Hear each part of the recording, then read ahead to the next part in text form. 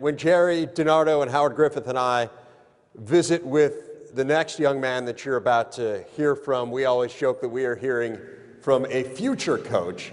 I know he has an interest in medicine. He is also, recently I saw an article where he expressed an interest in becoming a sportscaster, which seems like an incredible waste of a great mind. But anyway, whatever he decides to do, I think you will all agree after you hear him speak, he is going to be a fantastic success. He was an academic All-Big Ten pick last year. He's also one of the top quarterbacks in the conference, was an honorable mention, all-conference pick as a quarterback last season, and is being named on a lot of preseason watch lists this year. He's the quarterback of the Michigan State Spartans, representing the players at the luncheon here this afternoon, Kirk Cousins.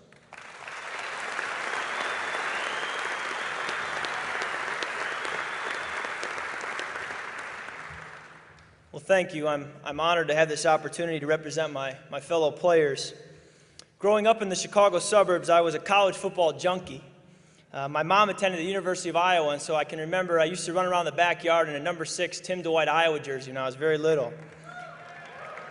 Being in the Chicagoland area growing up, I also attended several Northwestern games during the days of Steve Schnurr and Darnell Autry and Dwayne Bates and a certain linebacker, number 51. I heard he was okay. He's here with us today. In high school, I twice attended Purdue's quarterback camp, dreaming of one day playing for the school known as the Cradle of Quarterbacks. Coming out of high school, however, I wasn't a decorator recruit. As a result, I found myself 1 month from signing day with only 2 scholarship offers, and they were from the Mid-American Conference.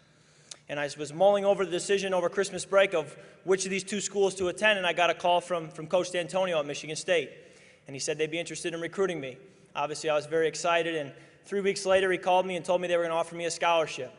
And I made sure I committed to him right then and there before he changed his mind. The opportunity to play in the Big Ten was one that I could not pass up. And as I now head into my final season at Michigan State, I've taken some time to reflect upon what has already occurred in a very fast and a very full 4 years. I'm sure many of my peers up here with me have done likewise. If I were to categorize my experiences while being a part of the Big Ten, I would place much of what has already occurred under the heading privilege. It has been a privilege to play football in the Big Ten. It has been a privilege to play college football and to do so in the greatest conference in the country. While many children dream of playing college football, relatively few have the opportunity, and to be living that dream is a privilege. It has been a privilege to play home games in Spartan Stadium in front of the fans that make up the Spartan Nation, who live and die, figuratively speaking, based on our team's performance each Saturday in the fall. I'm sure the experience of my peers playing at the other 11 schools is no different. It has been a privilege to go to places like Happy Valley and play a team coached by a man who embodies what it means to have a calling in life and who proves that you can have success with integrity. It has been a privilege to play in games that are televised all over the country and to then come home and catch the highlights afterwards. While we all dreamt of playing on TV one day, to actually be doing it is an honor. It is a privilege to be covered by all sorts of media people, as we've experienced the past couple of days, who make their living by following what we do, on the field, off the field, in season and out of season. It has been an incredible privilege to have the opportunity to speak to young people, children, middle school and high school students, and high school athletes in assemblies, chapels, graduations, and other assorted gatherings due to the platform of playing football in the Big Ten.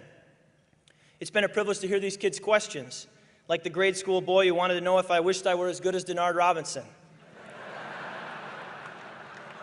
I told him yes,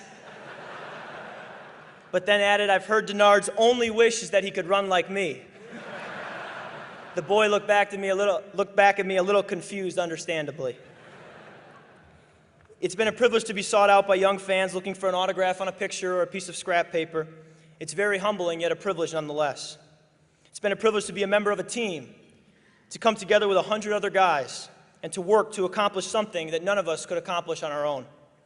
The memories of Saturdays in the fall, as well as the early morning workouts in January and February, will remain with each one of us for the rest of our lives, as will the relationships that have been built between us. I see it as a privilege to have spent the past 4 years in an environment where life lessons are learned on a daily basis, and they will no doubt be put to use in the years to come. As I said in the beginning, it has been a privilege to play football in the Big Ten. And it's here in this place of privilege where perhaps danger lies. I have been taught that human nature is such that the place of privilege most often and most naturally leads to a sense of entitlement. The notion that I deserve to be treated as special because I'm privileged. The truth is, privilege should never lead to entitlement. I've been raised and taught to believe that privilege should lead to responsibility, in fact, to greater responsibility. The Bible says in Luke 12:48, "From everyone who has been given much, much will be demanded, and from the one who has been entrusted with much, much more will be asked." Being a college football player in today's culture is a privilege that brings much responsibility. We as players have a responsibility to give our all for fans who spend hard-earned money to watch us play. We have a responsibility to represent the name on the front of our jerseys, on and off the field, in such a way that our fellow students, faculty, administrators, and alumni have good reason to say, "He's one of ours." We have a responsibility to represent the name on the back of our jerseys in such a way that our parents, brothers, sisters, and other family members have good reason to say, "He's one of us."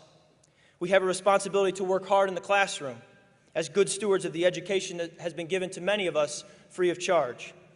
We have a responsibility to treat with respect the people who cover us in the media. We have a responsibility to use the platform we've been given to provide a true example of what it means to be a young man to those 10 and 12-year-old boys who see us as bigger than life. I know this to be true because just a few short years ago, I was one of those 12-year-old boys. And I remember well how I looked up to the players whose position, by God's grace, I'm standing in today. We have a responsibility to develop and use our God-given talents to their fullest potential and to do so in a way that honors God and benefits others. I don't believe it's too far-fetched to think that we as college football players could make a significant positive difference in the youth culture of America simply by embracing the responsibilities that accompany this place of privilege. We could redefine what is cool for young people. We could set a new standard for how to treat others. We could embody what it means to be a person of integrity. We could show to young people that excellence in the classroom is a worthy pursuit. We could show that it's more important to do what is right than to do what feels right. While I believe we as players do not deserve the platform we've been given, we have it nonetheless. It comes with the territory of being a college football player in the Big Ten. May we as players have the wisdom to handle this privilege and the courage to fulfill the responsibility we've been given. Thank you, and go green.